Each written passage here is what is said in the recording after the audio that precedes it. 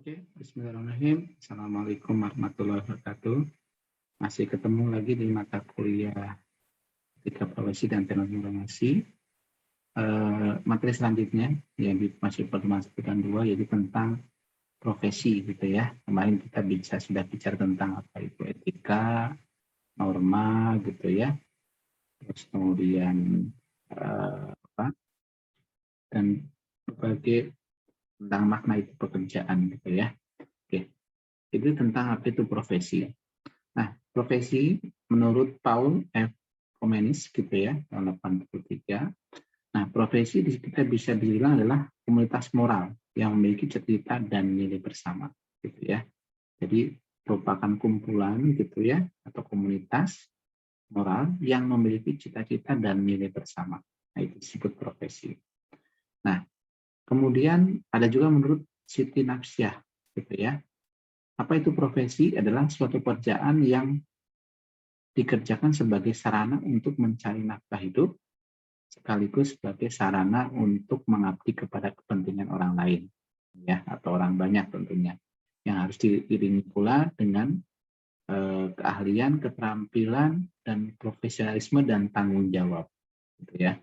Nah, jadi ada beberapa kata kunci di sini, yaitu tentang profesi adalah bagaimana untuk suatu pekerjaan yang dikerjakan sebagai sarana mencari nafkah hidup, kemudian untuk orang banyak, serta ada kata-kata kunci keahlian, keterampilan, gitu ya, dan serta tanggung jawab. Kemudian profesi menurut KBBI. Jadi kalau kita bicara tentang profesi, adalah bidang pekerjaan yang dilandasi pendidikan keahlian, ya, atau keterampilan dalamnya, kejuruan dan sebagainya tertentu. Jadi profesi akan hubungan erat dengan pekerjaan yang dinasihati dengan keahlian ya. Di sini ada kata keahlian yang di dalamnya ada keterampilan, kejuruan dan keahlian khusus biasanya gitu ya. Jadi tentang keterampilan kejuruan kan sudah mulai fokus kepada hal tertentu, keahlian tertentu maksudnya. Oke. Terus kemudian, nah profesi di sini ada kata kuncinya pengetahuan khusus, yang biasanya keahlian dan keterampilan ini dimiliki berkat pendidikan, ya, pelatihan, dan pengalaman yang bertahun-tahun memiliki status yang tinggi di masyarakat dan biasanya akan menerima gaji yang besar. Jadi kalau misalkan profesinya apa? Oh, misalkan menjadi seorang programmer gitu berarti, nah itu merupakan keahlian kan ya khusus di mana orang tersebut yang ahli program gitu ya, yang ahli coding gitu ya, untuk bisa bagaimana mendeskripsikan keinginan ataupun SOP dari sebuah sistem ke dalam sebuah bahasa pemrograman. Oh, profesinya menjadi seorang dosen gitu ya. Nah, tentunya dia punya keahlian khusus untuk bagaimana punya ilmu yang bisa disampaikan kepada mahasiswa. Oke. Nah, ini contoh yang tadi saya sebutkan ya, menjadi seorang programmer, dokter gitu ya, menjadi seorang arsitek, menjadi seorang editor software ini kalau orang informasi ya, ada web designer, ada graphic designer, menjadi seorang akuntan dan lain-lain sebagainya. Nah, disebut profesi itu dia memiliki ciri. Di sini adalah bagaimana dia mempunyai pengetahuan atau keahlian khusus tentang suatu bidang pekerjaan. Nah, seperti adanya keahlian dan keterampilan didapatkan dari pelatihan maupun pendidikan khusus serta pengalaman cukup lama. Kalau contohnya yang tadi ya, jadi seorang programmer kan umumnya untuk bisa jadi seorang programmer kan bisa jadi sih dia kuliahnya tidak sampai puluhan tahun, tetapi kan kenapa menjadi seorang programmer misalkan gitu ya. Nah, itu ada pendidikannya dengan kuliah gitu ya, seperti itu. Ataupun bisa jadi kursus dan sebagainya. Berarti butuh keahlian khusus atau keterampilan dengan pendidikan yang khusus. Oke. Kemudian memiliki aturan dan juga standar moral yang tinggi gitu ya. Di kalau seorang profesi itu nanti akan ada kode etiknya, ada etika moralnya gitu ya, ada aturan standar. Jadi seorang programmer mesti seperti apa? Menjadi seorang guru atau dosen punya etika guru, etika dosen gitu ya, kode etiknya dan seterusnya. Nah, itu bukan umumnya akan seperti itu. Nah, umumnya bagi orang yang memiliki profesi setiap kerjaan dilakukan bersama pada kode etik gitu gitu ya yang tadi saya sampaikan. Nah, ciri-ciri profesi yang lainnya adalah mementingkan kepentingan masyarakat ya. Jadi tidak hanya untuk kebutuhan pribadi, tapi umumnya lah untuk kepentingan masyarakat. Untuk jadi seorang dokter, dia ada kode etik seorang dokter, mengutamakan kepentingan masyarakat kalau tidak boleh. Jadi kalau ada misalkan masyarakat yang membutuhkan harus segera gitu ya, seperti itu. Nah, setiap melaksanakan profesi harus selalu mementingkan kepentingan masyarakat daripada kepentingan pribadinya. Kemudian memiliki izin khusus untuk menjalankan kegiatan profesinya. Ya, tadi dokter ada izinnya.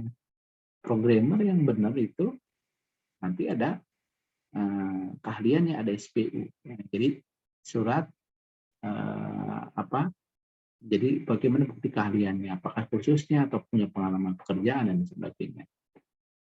Nah, artinya setiap profesi tentunya selalu berkaitan dengan kepentingan masyarakat ya, di mana setiap kegiatan melaksanakan seorang memiliki profesi harus memiliki izin khusus, tidak sembarangan dalam menjalankan seperti apa. Jadi misalnya nanti, misalkan contoh tadi dokter ataupun itu kan jelas ya profesinya. Kalau kayak programmer itu kalau nanti ada ikut lelang ataupun apa, ada sebagai dasarnya. Apa pertama ijazah, programmer itu minimal S1. Ya, jurusan teknik informatika atau informasi. Nah, nanti dimintain juga pengalamannya, pengalaman pernah menyelesaikan proyek apa saja gitu ya, di mana dan sebagainya. Itu akan diminta biasanya kalau ikut lelang, gitu ya. Kemudian ciri-ciri yang lain, orang yang memiliki profesi biasanya selalu menjadi anggota organisasi profesi yang menjadi bidangnya. Jadi nanti ada misalkan ada Ikatan Guru Indonesia, PGRI, Persatuan Guru Republik Indonesia. Ada Persatuan Dosen, Ikatan Dosen Indonesia misalkan ya. Ada anggota APIKOM, Asosiasi Perguruan Tinggi Komputer Indonesia. Jadi di situ adalah anggotanya para dosen komputer gitu ya. Ada misalkan asosiasi programmer, nah, jadi ada insinyur gitu ya. Nah, itu asosiasi yang memiliki profesi biasanya melakukan anggota profesi gitu ya, masuk dalam ini. Oke. Kemudian syarat profesi. Nah, syarat profesi di sini tentunya harus pertama mempelajari suatu bidang ilmu khusus kayak tadi yang saya sampaikan. Dokter itu kuliahnya aja bisa sampai 6 tahun gitu ya, baru bisa dikatakan dokter. Gitu. Dia harus praktek kerja lapangannya lama dan seterusnya gitu ya, dan wah bukunya tebel-tebel gitu ya. Nah, tentunya harus banyak pengalaman dan nggak boleh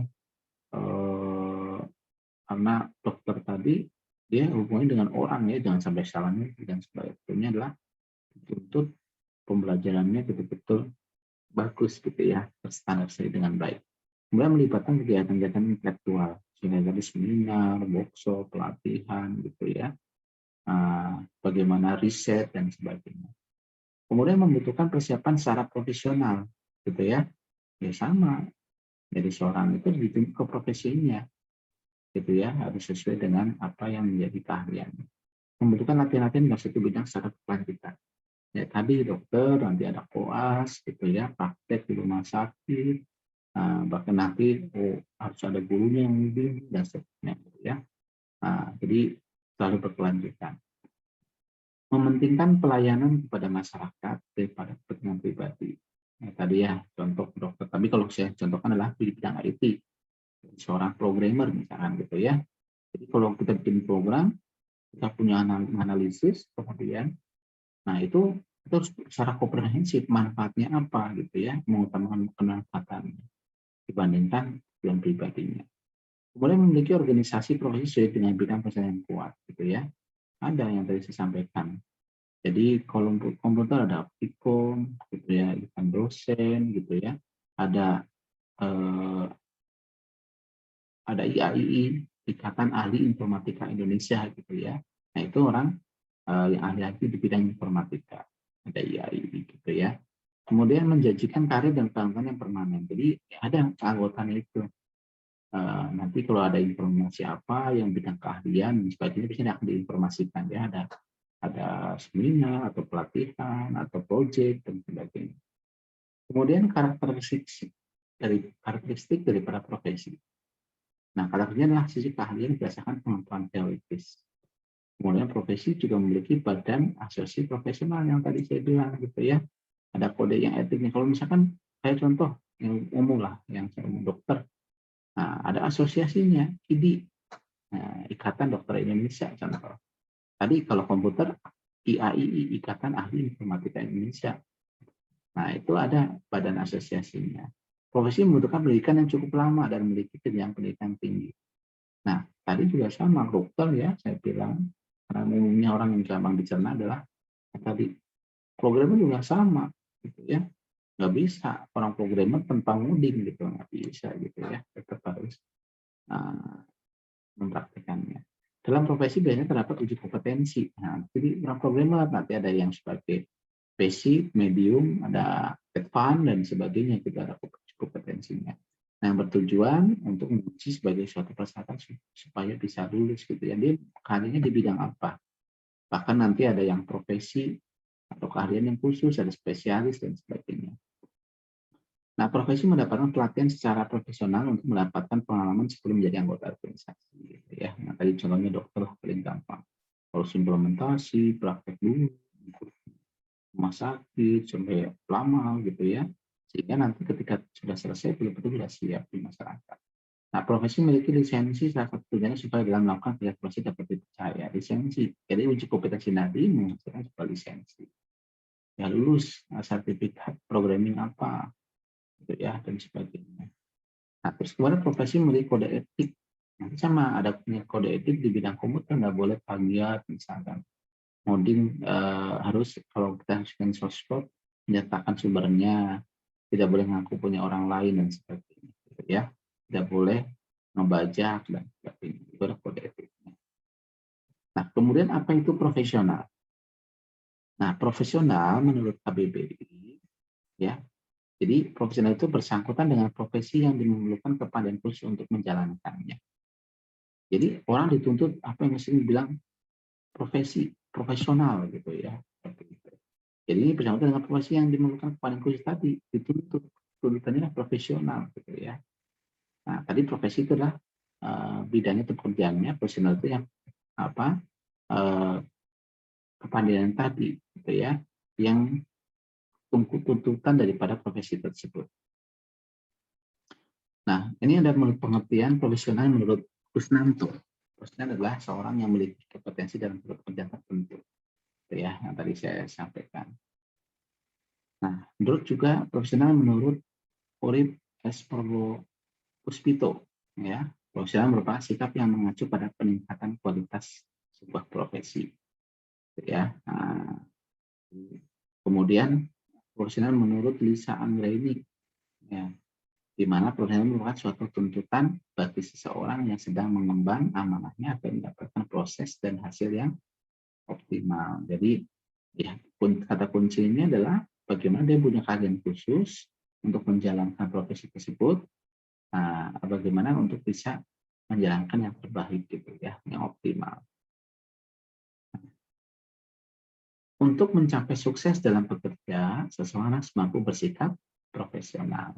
Nah, profesional tidak hanya berarti ahli saja, namun selain menikah juga harus bekerja di bidang sesuai dengan keahlian dimiliki tersebut atau dituntut tanggung jawabannya profesi daripada profesinya, gitu ya.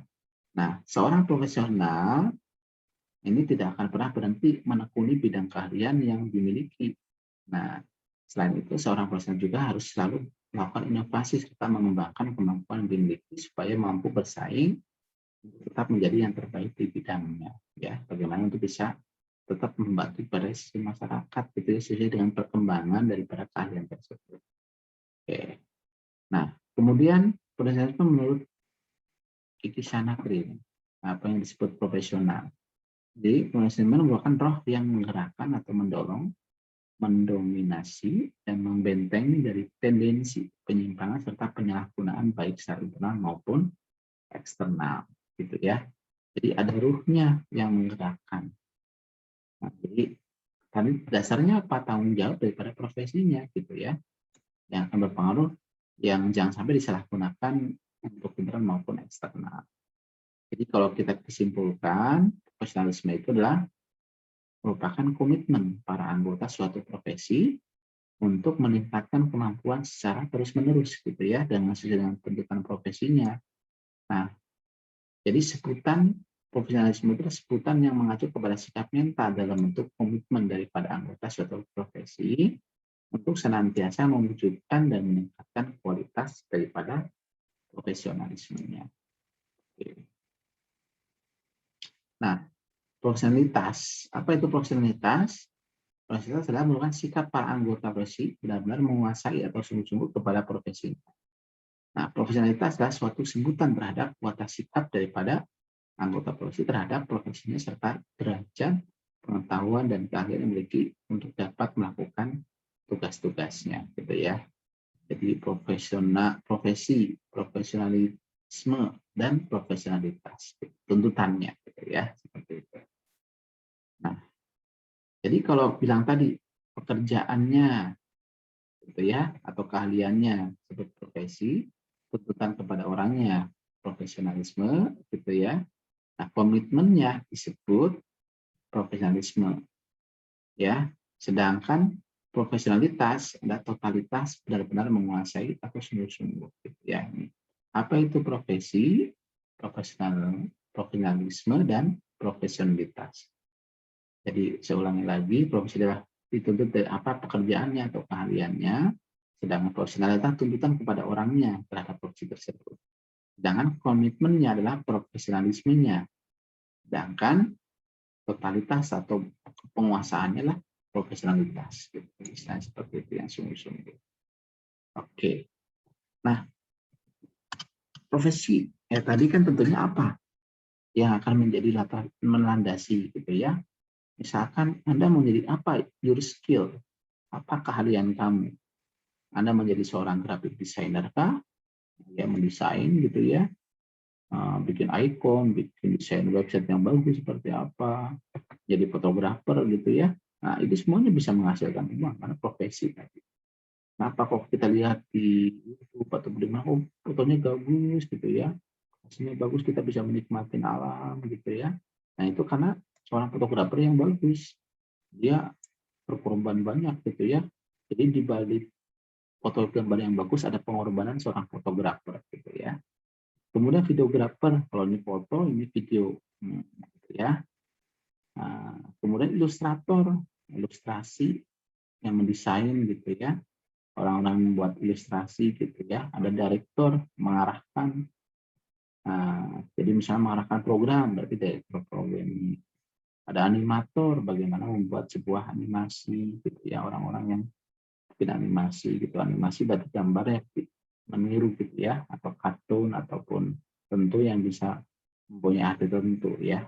Kemudian ada editor yang bagian editing, perbaiki dan seterusnya. Nah, inilah sebuah profesi atau skillnya apa.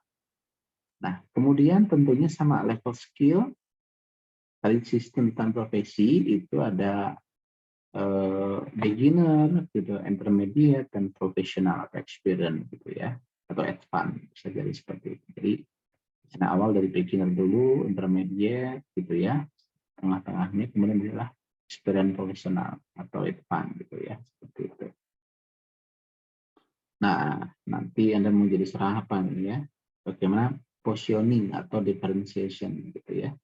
Jadi bagaimana sebuah foto ataupun gambar ini kan tergantung positioningnya ya.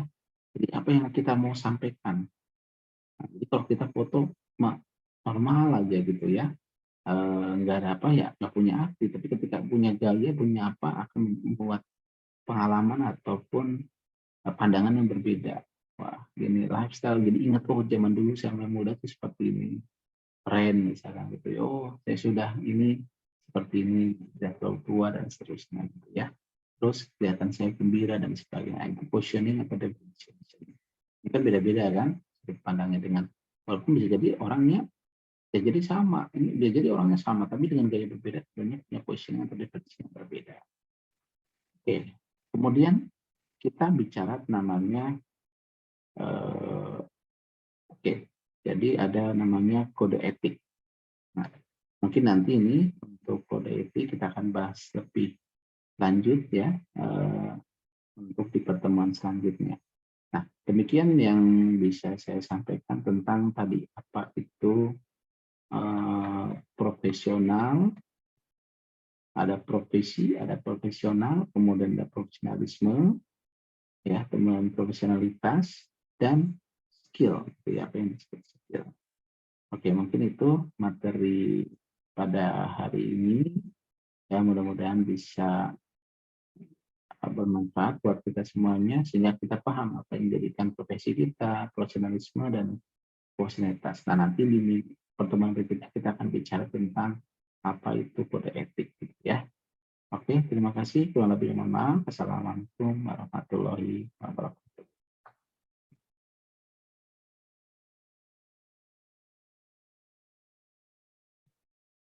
Terima kasih.